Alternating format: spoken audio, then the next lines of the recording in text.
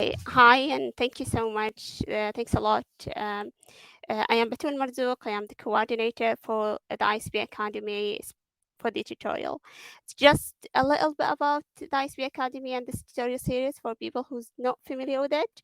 So ISB Academy is part of the International Society of Computational Biology, where we aim to provide talks, seminars, the latest advances in the computational biology field. We have different series running inside the ISB Academy. This is part of the tutorial series, but we have also covered series, we have indigenous voices series, we have a webinar in conjunction with the COSI, and the COSI is the communities of special interest. So if you want to know more about these, please feel free to get in touch. I've just posted the Google Doc that we're gonna use it with in this tutorials, where we actually use that Google Doc to collect our resources, links that have been mentioned during the tutorial, anything that you might need, any questions also, so you can go back to it. I just want to mention also one more housekeeping rule. We have a code of conduct in the ISCB. So if you do experience or witness any kind of unacceptable behavior, or you have any kind of concern, please feel free to contact the Code of Conduct Committee, and this is the email to use. We try in here to make our like all the training materials fair, and by fair we mean findable, accessible, interoperable, and reusable. Reusable for the trainees, reusable also for the trainers. And part of that effort, we've been trying to use GitHub, we've been trying to use Zenodo, provide DOI for the talks, so others also provide license for the talks and for the materials themselves. You can find all of the materials or previous tutorials that I've used GitHub here, and this in the ISB GitHub organization account. And any talk associated with these materials, we usually add them to Zenodo, so you can cite them and use the DOI there. So that's in terms of Zenodo, in terms of GitHub, and that's how you cite. So if you go to the training materials or the talk, you can say how you can cite them and what license they've been used under. I'm so happy to introduce Ben and Ted, who's going to speak about how you can make your bioinformatics tools that you've developed easily accessible for the UK Biobank users. Thank you so much, Ted. Thank you so much, Ben. I'm going to hand it to you now, Ben.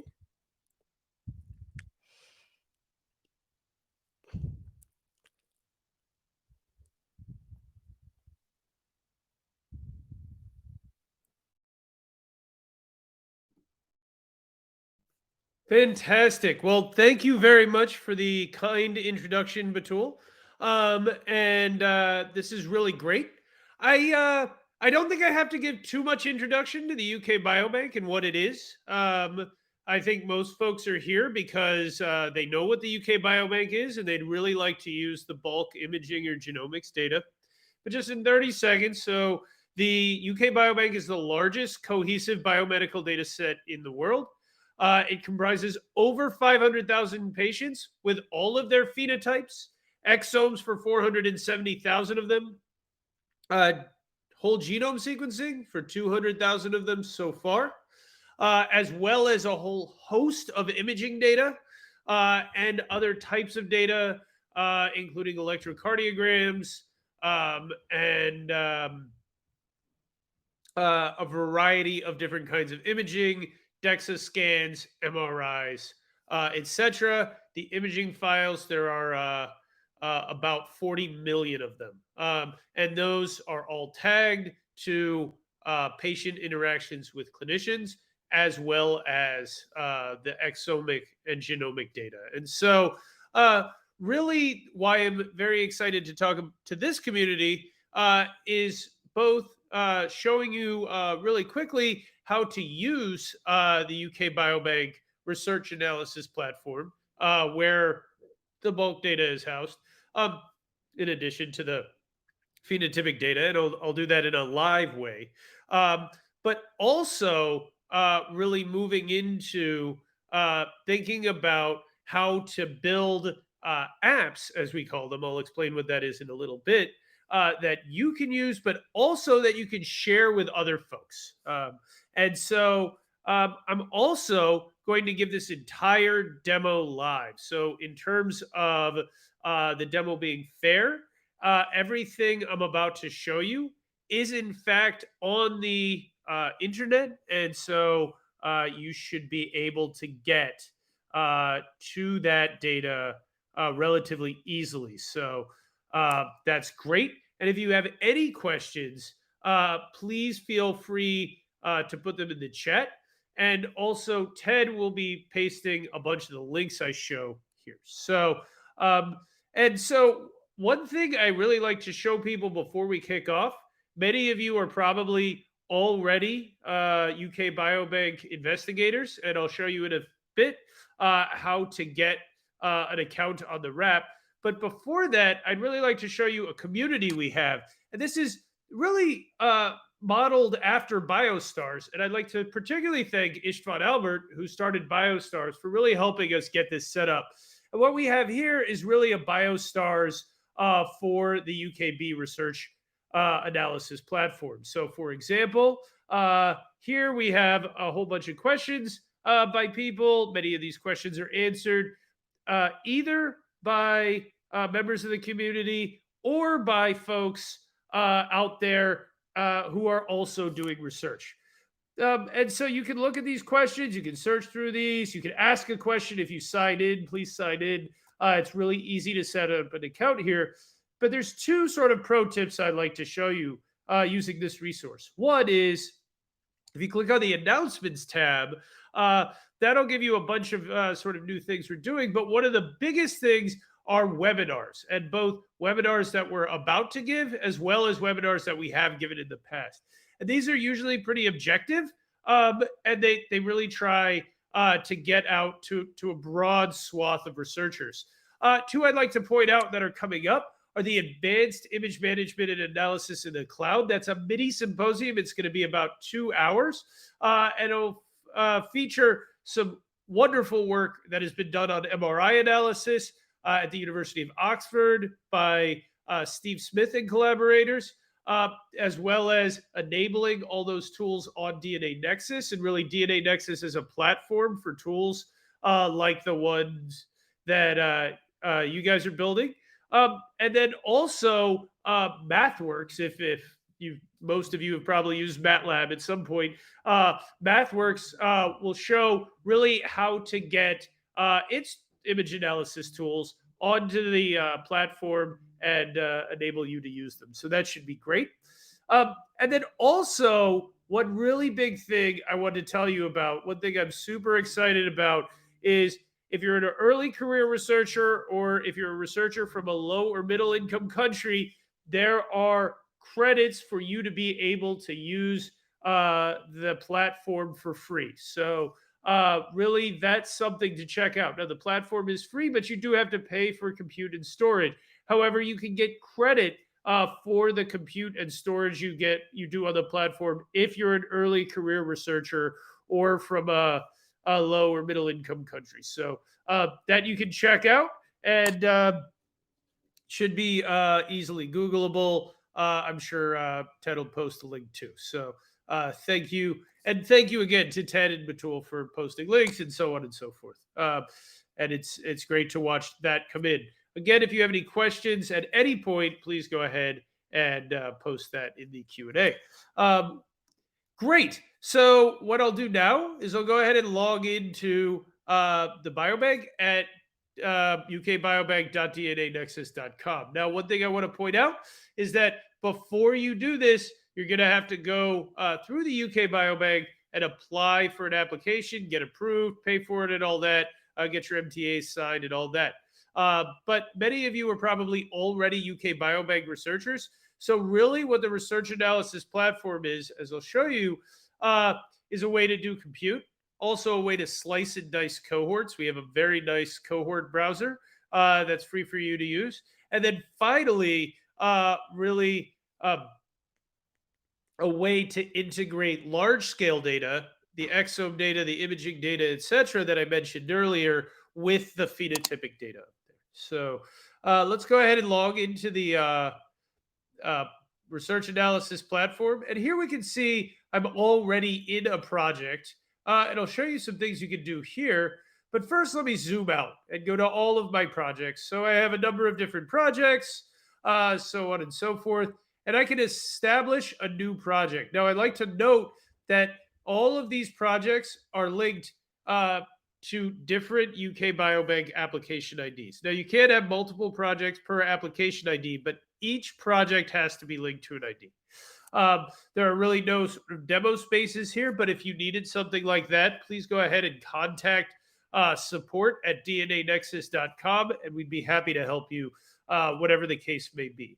So, if you want to set up a new project on the RAP, you'd go to this link, name a project. I'm a big fan of syntactic variables, excuse me, and then you'd put your uh, application ID in here, build it to whatever organization that you're part of, so on and so forth, or to the credits that you've received from AWS, and you're up and running. Now, please note that if you're using bulk data, this is going to take 4 to 24 hours to set up. So if you click dispense, you have it dispensing data, you don't see your data yet, please wait 24 hours. Some of this data is very, very large. So setting up an instance takes a little bit. That said, I'm going to jump into a project and show you some really basic things I can do in a project. And really, the only reason for that is that you probably want to do that later. And I'll also say from here on out, pretty much everything I'm showing you, you can also do on the command line. So if you're a command line person, you can do this stuff over there as well. And it'll all tie in here. I'll show you some examples of that later when we get to Jupyter Lab. So here I have admin access, and I can add people in a variety of levels, either as viewers, uploaders, contributors, or admin. But remember, they have to be part of my UK Biobank project and noted on the UK Biobank showcase as collaborators. The next thing I want to show you is that I have a simple folder system here. And again, this folder system, I have bulk data in here, for example. This folder system, I can also get into online. One thing I can also do is git clone things, transfer them over here, and then I can build whole things around that as well. So, and Ted and I will talk about that as we move through this presentation. So that's great. But what I really want to talk about here, because it's the most relevant towards building apps for other people, is really thinking about apps and workflows. So I'm going to show you a few apps and really sort of build up how to think about doing large scale efficient analysis on DNA Nexus. So the first thing I like to show people is really an app called TTYD. So say you're mostly a command line person, but you're coming through this through the GUI. So the nice thing is you can launch an app called TTYD. And the beautiful thing about this is this will launch an Ubuntu box on through the platform. And that's really quite nice. And the other really nice thing about this Ubuntu box is it is configurable. So if I go to app settings, I can actually add any size instance I want. So if I need, for example, 96 cores, I should be able to grab that, right? So I can grab a 96 core machine. Now, to be frank, that's not super cheap. Looks like it's somewhere on the order of 3 pounds an hour. But obviously, with a 96 core machine, you could do a lot of work. So that's pretty cool, and something certainly to check out. Now, I want to lay the groundwork by saying I think of this as sort of level 0 of operating on the UKB rep. Really, this is kind of the most inefficient way to operate on the UKB rep. But that said, I still use it all the time because really it's just sort of an Ubuntu box. You can do whatever you want. Git, Docker already there for you. Conda, you can just install through MIDI Conda. You really have control here. So this is great for learning to test things. Then The next level of DNA Nexus I want to show you is a little bit more sophisticated, and that's also wrapped in an app. So we'll go back to that app interface, and we'll check out a different app, this one called Swiss Army Knife. So Swiss Army Knife is a collection of bioinformatics tools, kind of lingua franca. You can think of it as the Microsoft Office of bioinformatics. So let's go ahead and look at Swiss Army Knife. And the first thing I want to do is look at the details because this is going to be really relevant to a lot of you. And so here I can see that I have all kinds of tools, BCF tools, bed tools, etc., Plato, Plig, so on and so forth. So if you're doing, and obviously SAM tools. So if you're running bioinformatics in sort of a population genomics oriented way, definitely Swiss Army Knife is a nice thing to check out. Also Bolt LMM if you're doing some things that are a little bit more complex. So that's great. But excuse me for a second. Let's talk about the configuration of Swiss Army Knife. So it's nice that I can do that, but why? What are some of the other features of Swiss Army Knife? So here I can go and I can look at Swiss Army Knife, and there's something else that I feel is really important. And again, this is our sort of second level of usage, and we get many people running many jobs. So again, I can run this in batch, which is super useful. So if I want to run something on 40 files or something like that, I can do that. It's relatively efficient, more efficient certainly than running just a workstation, but less efficient than running apps or applets or workflows, which I'll talk about in a minute. That said, I still have the same configuration options, so that's great. I can run on a whole different host of CPUs and so on and so forth. That's nice. Not GPUs, but for GPUs, I can certainly use, excuse me, I can certainly use Parabricks from NVIDIA. That's something I've talked about in other webinars, so check those out. And here, in terms of inputs, the nice thing is, say I'm running SAM tools. Excuse me for just a moment. Say I'm running SAM tools, what I can do is specify my command line options right here. So that's great. The other thing I can do is grab a Docker image and I can pop it in here. If I just want to test the Docker image real quick without putting it in an app or so on and so forth, I can do that here. And I will say that Ted and also my other colleague, Andre, recently ran a whole webinar on using Docker in the RAP interface, both standalone and in apps. And that's a really cool webinar. So hopefully that's something you guys get a chance to check out. That said, here I can look and see, I can run this. Sorry. I can put a Docker file or a platform file that I've saved, or again, the public Docker image, and I can run this. So that's sort of the second level of running UK Biobank. And if you're providing Dockers to people, that's great. So, and if you do get a chance to do that, check this out. What you can do, and this applies to both Docker images and apps, or anything really you have in GitHub. If you sign into the community, you can put that in tools and tutorials and really share that with other people. So here, my colleague Phil Greer has put some tips and tricks as well as some code for running GWAS on RAP. And so that's been really useful. And other people have popped out things for Sage Genes, so on and so forth. So please be sure to check that out. Another awesome thing to check out is this Bash for Bioinformatics book by Ted Laderas, who's also on this webinar. And I appreciate that he gave me credit here. And really, this mirrors what I'm talking about with this interactive analysis, Swiss Army knife, and then building your own apps. And finally, I'll talk a little bit at the end about building WDL and CWL, and in fact, Nextflow workflows.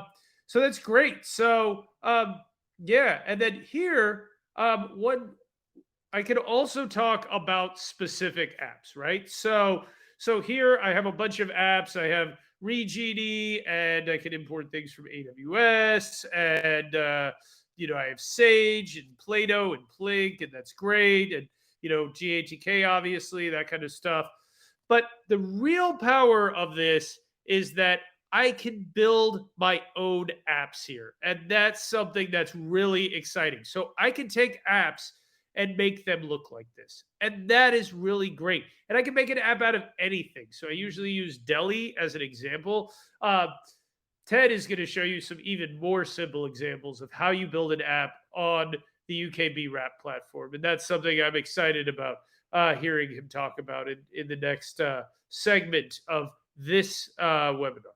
Um, but the other reason to use apps for efficiency is because I can build workflows out of them. So let me show you a sort of toy workflow, although probably one that 90% of you have run.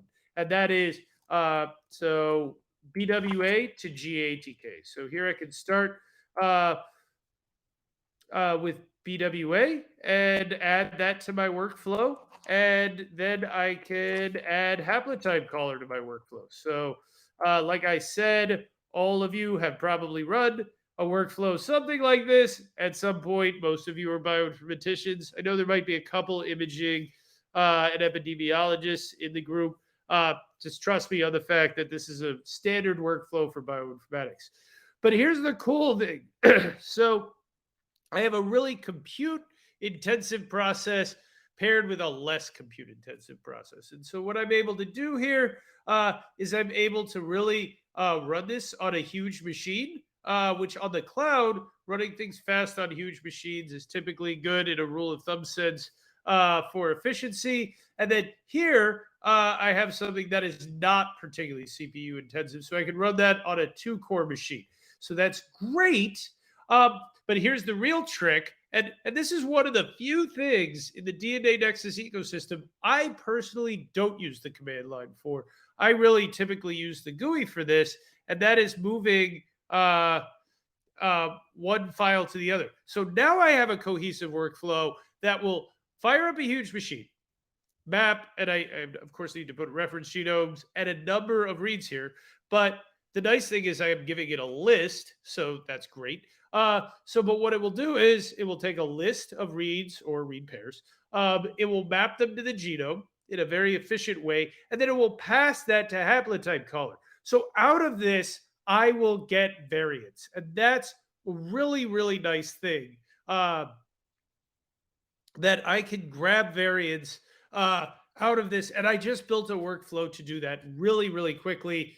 All I got to do is click start analysis. But also, once I build this, it's an object in DNA Nexus, and I can just run this. So, and really, the last level is I can take a whittle workflow and I can compile it using DNA Nexus, the DNA Nexus compiler, which is if you search for DNA Nexus DX compiler, it is right here.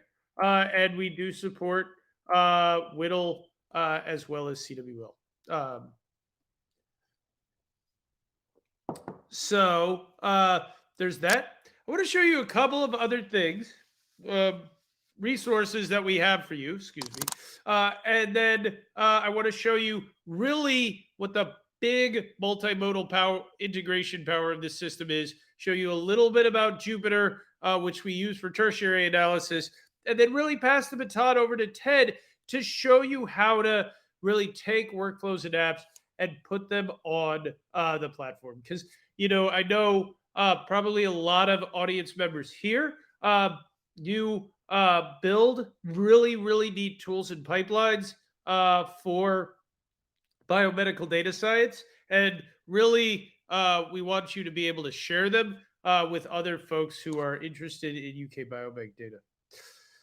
So we try to do the same and make things open. And so one repo we have is OpenBio. And there's a number of notebooks, both covering Hail, if folks are doing large scale genotype, phenotype analysis, excuse me, as well as some image processing notebooks and also other UKB notebooks. So certainly something to check out if you're interested in that. Also, if you need to run GWAS, we have a UKB wrap repository, which has GWAS and other things. And here you can see that we have some Whittle templates as well. And I believe Ted's going to go over that. As you can see, he merged the last pull request into this repo. So that's all great. So two more things to show you. The one is really the most powerful one. So I've been a computational biologist for well over a decade now, and I want to show you a tool I've always wanted to have. It's going to take me just a second to pull up. So I'm going to stop sharing for just 2 seconds and really pause for any questions that you may have. Uh, Thank you so much, Jed. That's really amazing. Yeah, intro. We have a couple of questions in the Google Doc. One of them asking about using Nextflow or NFCore workflows. Is there an easy way or something that you would recommend or some sort of resources that they can follow? Um, Absolutely, yeah. So, one thing I would say about Nextflow is, so you saw me fire up that TTYD app, really with an Ubuntu box within the GUI, and that's going to be able to interact with your stuff. And the really nice thing there is that you could just run Nextflow pipelines right there, and that to me is really exciting. And I did a webinar about a year ago with Evan Floated from Sakara talking about Nextflow and all that. So that's great. But then we are also coming out with a supported Nextflow package, and that will be available on the wrap hopefully quite soon. If you have questions about that,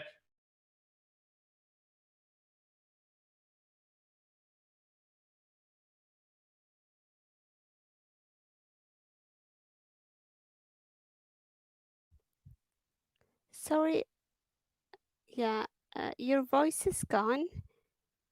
Uh, I don't know if it's just me. No, I can't hear it over here either. Okay. You are muted, yeah.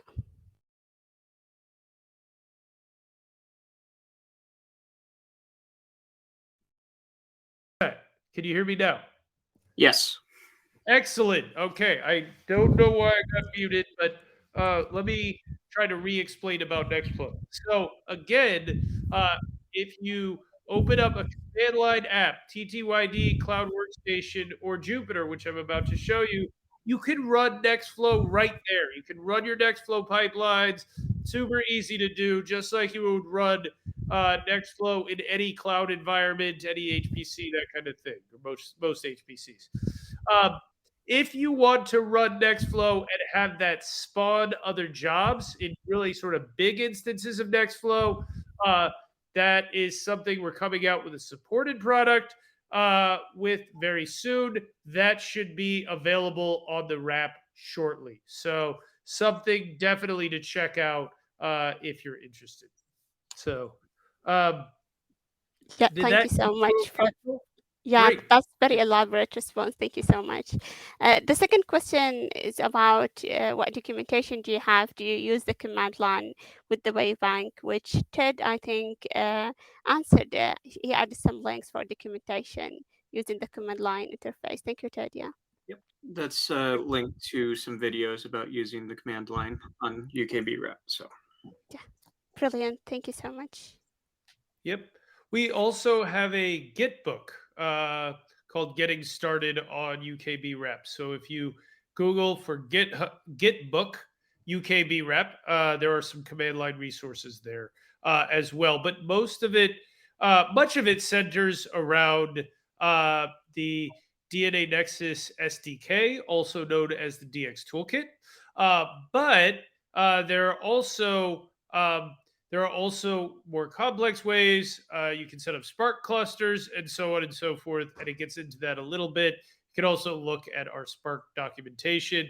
And as always, if you have any questions, please put them on the community or go to support@dnanexus.com. With that, are there any more questions right now? No, thank you.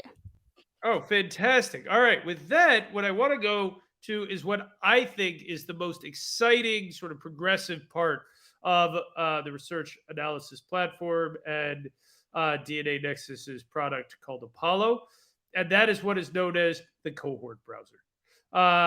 So here I have what is known as the cohort browser. And this is something that I mentioned I wanted for over a decade as a computational biologist, and something I'm super excited about because what I can do here is, for example, I can filter by all females, say, uh, between, say, 61 and 70, uh, who have uh, breast cancer. And then, oh wait, just if I just start searching for that, I get malignant neoplasm of breast, obviously breast cancer. And then, for those of you interested in pharmacology, what I can do is I can look for particular compounds. And I'm actually pretty fascinated by the number of people in UK Biobank that take cod liver oil. So I like to use that as an example, although obviously that's not directly related to breast cancer. But here, what you can see is that I've been able to filter on sex, uh, age, diagnosis, and treatment in a matter of seconds and filter out my cohort. And I find that this is super useful. Also, I collaborate with a number of clinicians, and I find this really nice for collaborating with clinicians who have a really good grasp of how to separate cohorts and so on. So that's really exciting here. And I can save these cohorts and just run GWAS on them straight up. Or I can actually export sample IDs and then use that to parse PVCFs as well as GVCFs provided with the bulk data. Another thing I can do is look at variants. And the really nice thing is for a particular genomic window, I can look at variant frequency. It takes just a second to load. I can look at variant frequency in my specific cohort, these 12 individuals I have just defined, as well as UK Biobank and Nomad. And to me, that's really exciting. And I feel like this is really sort of pushing the front of population genomics. So, all that said, there's really one more set of tools that I want to show you, and that's our Jupyter Lab interface. And then I'm really going to pass the baton to Ted. So, and the reason I want to show you the Jupyter Lab interface is because, say you've made a number of Jupyter notebooks that you want to be able to pass to people. I want to show you how easy it is to have a Jupyter Lab notebook on the UK Biobank wrap and really take notebooks from other places. So that's really very nice. And I would encourage you, if you have notebooks that you think might be useful to other people on the wrap, please share them in the tools link at in the community. So that said, here I'll log back in to the biobank. And here I have a Jupyter Lab notebook ready. So that's under Tools, Jupyter Lab. And just to show you how to launch one, here I can launch it in a number of ways. That's great. So again, I like medicine tactic variables. So let's just call this food notebook. And I can put it in a project. So here's the nice thing is, usually for dev, I use just a couple of things. And as we can see, that's 25 cents. Now, I have a couple of flavors here. So I have machine learning notebooks. That's kind of nice. I got TensorFlow and all that up there. And then I have an image processing notebook. So that's going to have NiPipe all ready to go and all that. And then for those of you who might want to use Stata, that's an option as well. In a few minutes, Ted is also going to show you how to use RStudio, which is very similar. And here I can launch a Spark cluster. So I can launch 3 nodes here. And if you wanted to tweak this yourself, put a different version of Hail, something like that, there's a command on the command line called dxget. You can actually remove this as an app, modify it, and put it back. Use your own. So let me show you what the interface looks like real quick, and then I'll pass everything off to 10. So here we can see I have this really special Jupyter Lab interface. I use this every day. Again, I find that this is useful for both testing of secondary analysis as well as tertiary analysis, if I want to say view things on a t-SNE plot or whatever. But also here, I can just fire up something and I can git clone something. So if I wanted to just test, like Delhi or something, I could go to there. That's a structural variant analysis tool. I could go to their repo, grab it, git clone it, pop it in here, just see if it works in sort of the UK Biobank research platform milieu. So I find that really cool. I can launch R notebooks, I can launch Python notebooks, so on and so forth. One thing to note is that this is an ephemeral instance. So here I have this ephemeral server sitting out here. Here is my S3 bucket with all the data in it. So I do have to move data back and forth. I can do that using DX upload and DX download. That's something Ted's going to cover. And also, you're going to want to put that into apps and applets. One special DNA Nexus thing that we have here is create snapshot. The nice thing about that is, say you're using Bioinformatics here, you have a whole bunch of dependencies all configured in here.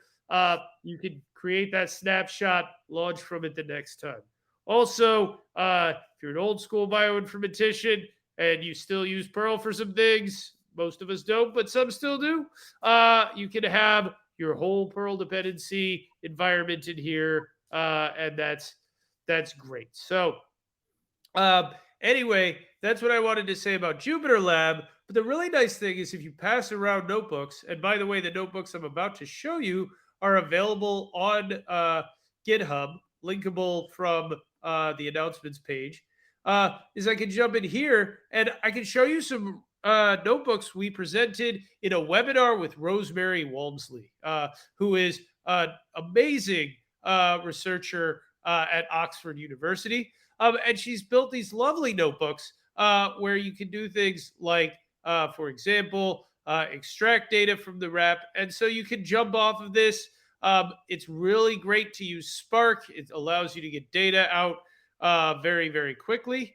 And then also here, I can grab tabular data and scrolling down, hospital episode statistics, which can be a bit tricky to pull out of the UK Biobank. So this is really great that Rosemary has built really a template for that if you're trying to pull out any hospital episode statistics. But she goes further and actually shows you some data prep in R, showing that you can really easily make R notebooks as well if you are an R user and don't want to use RStudio. That's totally fine. You can do some basic formatting, etc. So those are some exciting things. I think that'll help you to both get started using as well as think about sharing your own resources that you want other people to use on the UKB wrap. So thanks for listening to me. I saw some reactions and stuff. I'll pause for a couple minutes for questions, but I will also be on for the thanks to whoever keeps pushing that react button. Anyway, I'll be on for a few minutes now, but I'll also be on for the rest of the webinar. We should have ample time for questions at the end. So if you have questions then, please add them to the Q&A or the Google Doc, and we'll get to them. Batul, do you think there's any sort of pressing questions for me before I hand the baton to Ted? No, I don't think so. I mean, thank you so much. I mean, it's fascinating how easy to use these tools inside the biobank, the community support that you have. So thank you so much for explaining that. And I hope more researchers that they can share their resources and their tools as well there. Thank you so much for that. I think we can hand it to Ted now. Fantastic. Well, then in that case, without further ado, here's Ted. Thanks, Ben. So just a quick introduction. So my name is Ted Laderas. So with Ben, I help give a lot of the webinars to show people how to do things on RAP. So let me just share my screen. 1 second.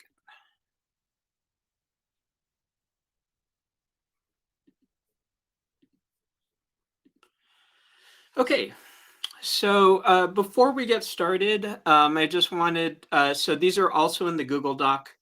I've just done my best to kind of put all of the links that are in my slides in the Google Doc, and we'll have the slides available later as well. So these are two specific webinars that we've given. So number one, how to use RStudio on the UKB research analysis platform. We have a lot of people who want to work with the phenotype data. So basically we give you kind of recipes and kind of effective ways to kind of work with RStudio on the platform. I don't have enough time to really kind of talk about like projects, RStudio projects, and the RENV package, but all of that information is in this webinar. And then also, I'm going to be giving a very abbreviated kind of talk about how you create apps on the research analysis platform. We have a webinar for that that goes in much more detail. There are also like code examples that were in that UKB RAP repository that Ben was mentioning. So like there's we try to provide as much like, tools and kind of starting points as you can to get started. Just a quick plug. So this is something that I've been writing ever since I joined DNA Nexus. And it started out for me because, I was coming from like a high performance computing background, and I didn't really know all of the bash that I needed to work with to be successful on DNA Nexus. So this is basically kind of a living document. And I tried to kind of show you a lot of the different kind of bash concepts, such as like variable expansion and, looping over files and things like that will help you kind of execute things on the platform. Okay, so just to kind of keep in terms of like, taking from like what Ben was showing you with Jupyter Lab, I wanted to talk a little bit about how you can use RStudio on the platform. So let's kind of get into that. And again, there's lots more detail in that webinar and code examples as well. So Ben mentioned that you basically, once you've kind of defined the cohorts, they exist as objects on the platform, or if he hasn't, I'm telling you now.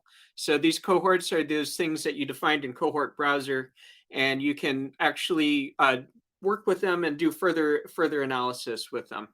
So for example, if we have a case cohort and a control cohort, we can basically take both of those cohorts and basically extract the phenotype information and then analyze it within RStudio Workbench, which is available on the platform. So just a quick note, and this is really for a lot of the people, I'm a big RStudio user, so I really do try to think about, what are the best ways to kind of work with RStudio on the platform. So I'm going to give you kind of a basic recipe for taking those cohorts and basically extracting them to the phenotype data that you need to a CSV file, and then pulling that into RStudio. So this is available on RAP. If you use the DNA Nexus platform and it's in other regions, this is not, RStudio Workbench is unique to RAP. So it's not available on other DNA Nexus regions. So you can start it up by going into this tools menu and going into RStudio trial. And then this is kind of the equivalent of what Ben was showing you with in terms of launching the Jupyter Lab interface. So basically you need to choose a project that's kind of associated with it, and then you need to choose an instance type. For most of the time, this default instance type is great, so you don't need to think too much about this if thinking about how many cores or how much memory stresses you out, you can use the default instance type a lot of the time. So once this is all configured, you can click Start Environment, and it's basically going to launch. So I just wanted to show you an example. So here, this is RStudio actually running on the platform. I did some I have a CSV file, and we're going to I'll show you kind of the quick recipe to kind of extract that using R. So this is, if you want a more formal tutorial on using Table Exporter, here's a link. We've got a nice little R script that lets you do this all in R. So it will run this app called Table Exporter, which lets you get all of that phenotype information out of the cohorts and data sets. So this is a busy slide, but I just wanted to show you what you need before you kind of export things. So you need to have that ID for your cohort or your data set here. And then you need to basically have a list of field titles from UKB. And I'll show you kind of ways to, there's basically, if you're in a UKB project, all of this information about the fields is available. You can look for it in Cohort Browser, or you can also look for these titles in UKB Showcase. So once you kind of have all of that, we've got a nice R script that basically lets you access, extract the data set to your own UKB Rack project. So here we actually use a lot of the built-in R tools to kind of generate basically a JSON that has all of the information we need to submit to Table Exporter. And then we use a nice package called Glue, so to basically put that together into a JSON and submit the job to run Table Exporter. So this is going to run in the background. It's going to generate your CSV file. So once you have that, basically, so this was an example where we're just extracting the age and month of birth here. So if you notice, there's no identifiers here. We just really are very careful about privacy.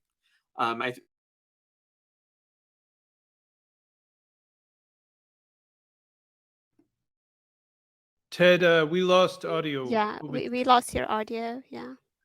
Oh, okay. I just got muted for some reason. Weird. When did I get cut out? You are really careful about privacy, and then you cut out. Yeah. We were so careful about privacy that we mute ourselves when we mention privacy. So here we go. So there's no identifiers here. So this is not, you can't use this even if you take a screenshot. Why is that?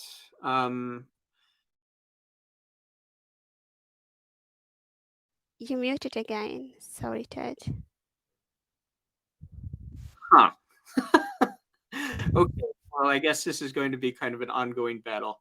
But yeah, thank you for letting me know.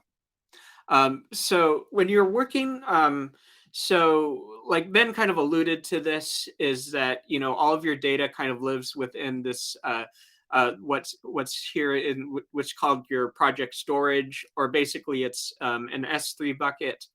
And one of the challenges is that you need to get them into RStudio, which is running on a temporary instance. All of this, we provide you with all of the kind of code that you need to kind of get things into RStudio if you look at that webinar. And so we need to get our input files that we generate. And much like Jupyter Lab that Ben was showing, we need to get results files out. So if we generate any CSV files or any, like we change some R Markdown or Cordo documents, we need to get those back into project storage.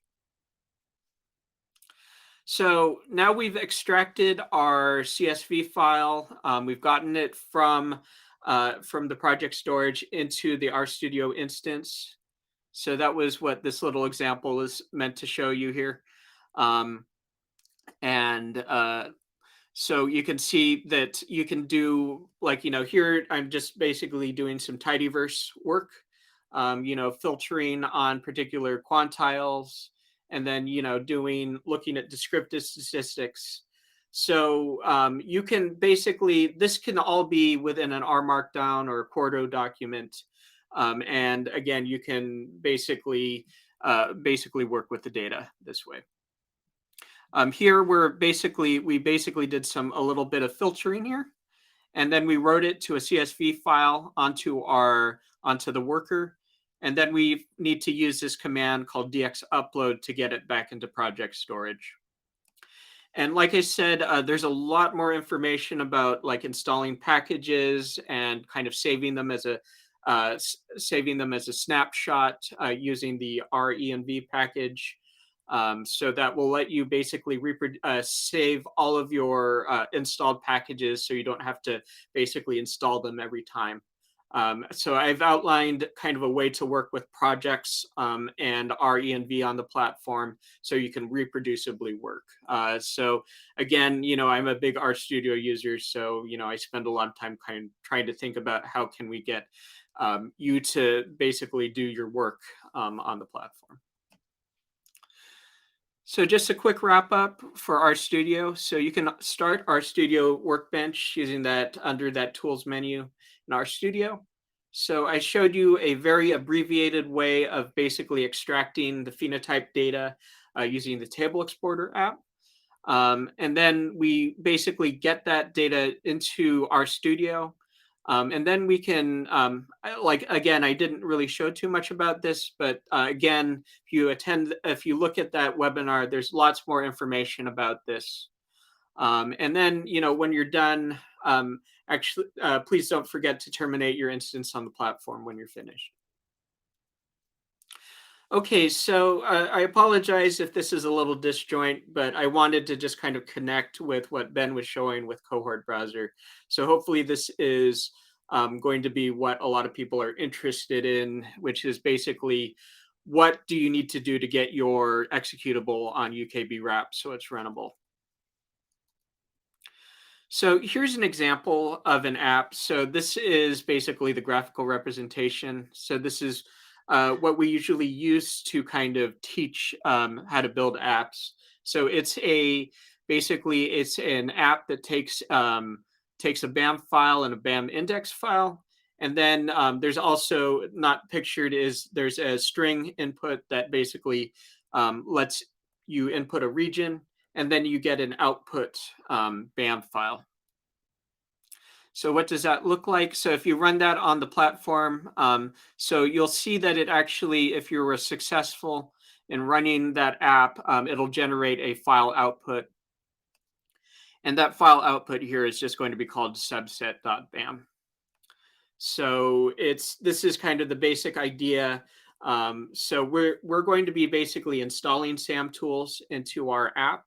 But I'm going to show you a couple of other recipes for installing from, if you have something like you need packages from basically CRAN, or from, you need to install packages from Python via pip. We have lots of ways to kind of install things. And not only that, you can bring your own binaries, and you can also run Docker images as well. So again, like usually when I teach this is like, a 2-hour course. So I apologize that this is very abbreviated, but I'm going to show you kind of at least kind of some of the components. So the first thing when we're building an applet is that we use this wizard called DX App Wizard, and it asks us some information about specific specifications for our app. I'll show you basically some of the specifications that it asks, like, what are your inputs and what data types are those inputs. So when you go through that wizard, basically it's going to generate this, what's called an applet skeleton. So our applet is called samtools_subset. And there are basically all of these files are generated, and this is kind of the bare minimum that you need to, and there's a couple of things that you need to fill out. specifically the shell script and the dxapp.json specification to make this a full-fledged app.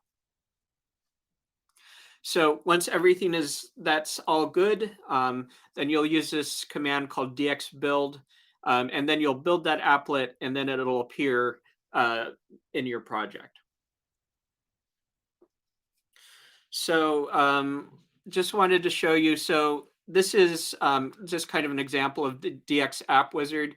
So this is part of that DX toolkit. So if I wanted to make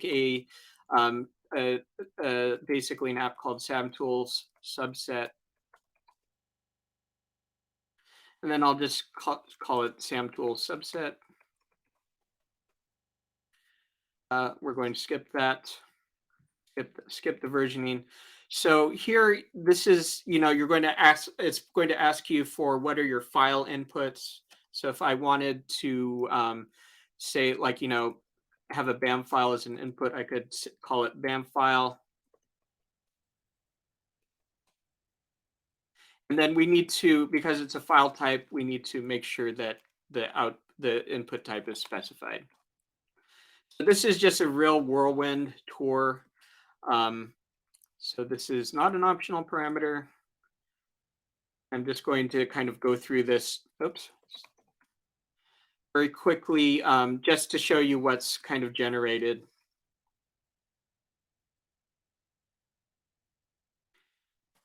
Okay, wait. Okay, well, let's get back into the slides. So this is where you kind of specify the inputs to the app. This is where you specify the outputs. And then when you filled in all of those things, basically this applet structure is going to be developed. So it's going to end up in that folder. And then, we have these two files that we need to kind of specify, which are the dxapp.json and that shell script.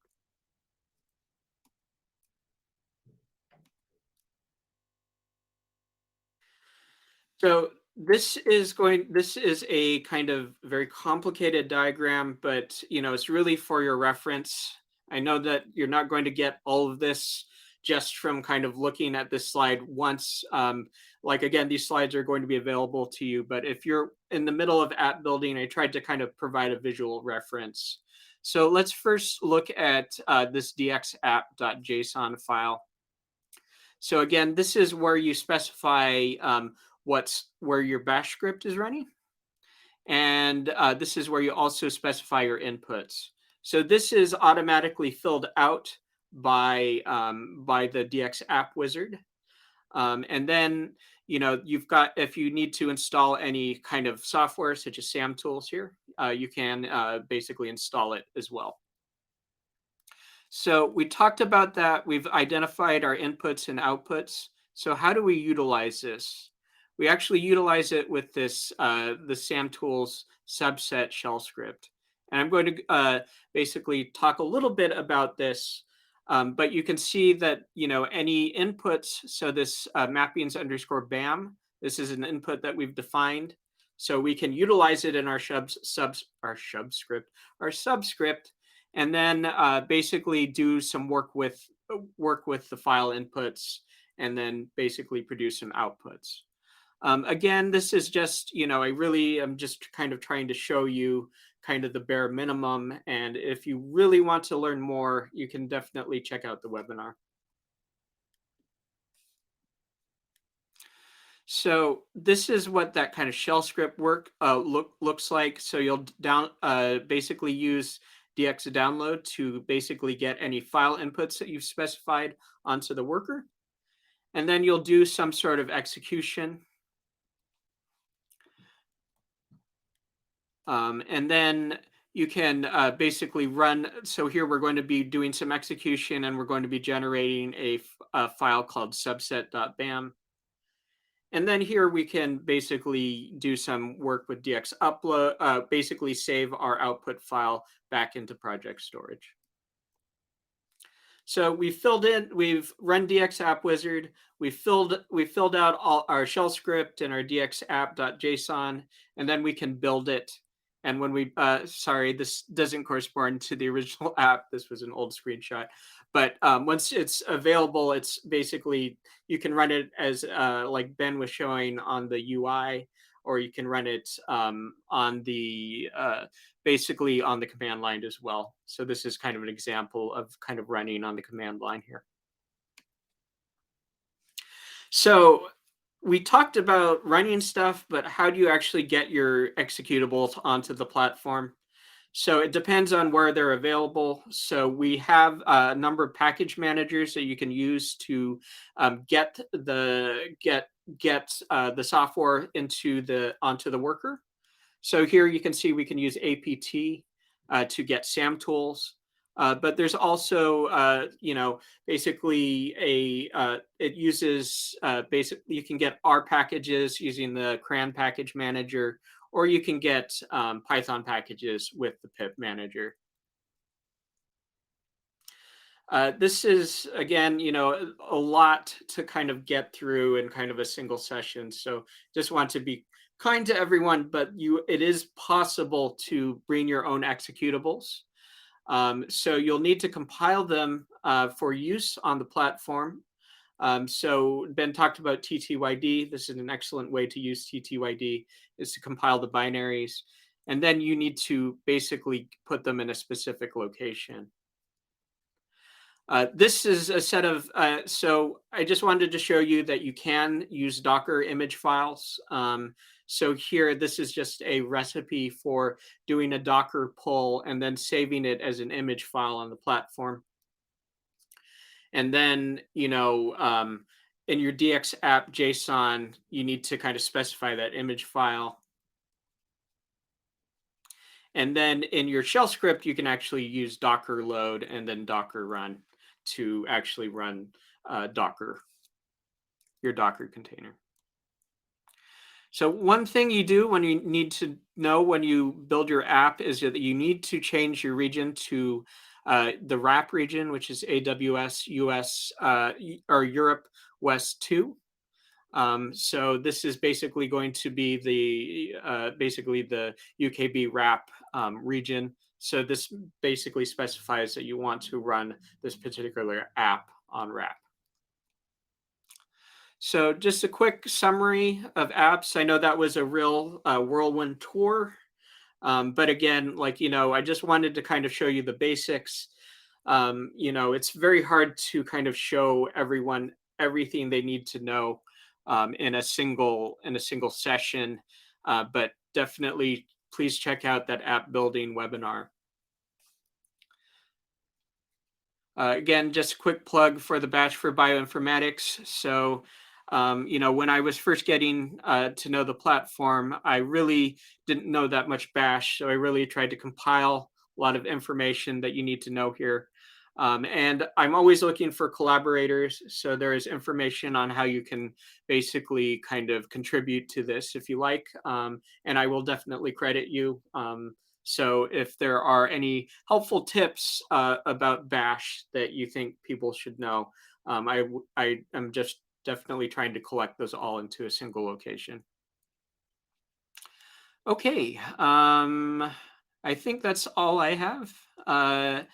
So I just want to again kind of reiterate about community. So again, community.dnanexus.com. That's for UKB RAP. There's lots of helpful people on there, and lots of that's the #1 way to find out about upcoming webinars. Very excited about the imaging webinar that's coming up. Especially, we managed to get MATLAB running on the platform. And so hopefully that demo is going to be really cool. So that's all I have. Thank you so much, Ted. That was amazing. And I echo what you just said about communities. Community is really, really important. Yep. I've learned through community practice more than I've learned through my PhD. So yeah, do join a community and ask questions. We've got a couple of questions, but I think you've answered most of them. Like someone asking about the slides, and you've said that's going to be available. Just want to also say that a lot of people comes back to the platform, the Nucleus platform, they rewatch recording. If you Yep. So the Nucleus platform does track how much you watched from the recording, and if you did watch over 70%, you can claim a certificate from the platform itself, coming from ISCB. That's why we use it. And the second question, you've mentioned a lot about reproducibility, and you've mentioned the re-env package. Someone just asking, what else do you recommend for reproducibility in R? Yeah, so I'm a big user of like R Markdown and Quarto. So definitely I've basically graduated to Quarto, which is kind of, if you ask people, it's basically kind of R Markdown on steroids. So oftentimes the discipline of like starting using an R Markdown or a Quarto document is that you have to start from scratch. So that's one way I definitely use to ensure reproducibility. Definitely the other ways, definitely using Docker containers. RENV again is really great for our packages, but if there is a specific workflow or software that you want to ensure, look for the Docker container. I think that's about it. Any other questions? Oh yeah, and Ben is like definitely when you're working with secondary analysis, CWL, WDL, and Nextflow, these are all great ways to kind of reproducibly process your data.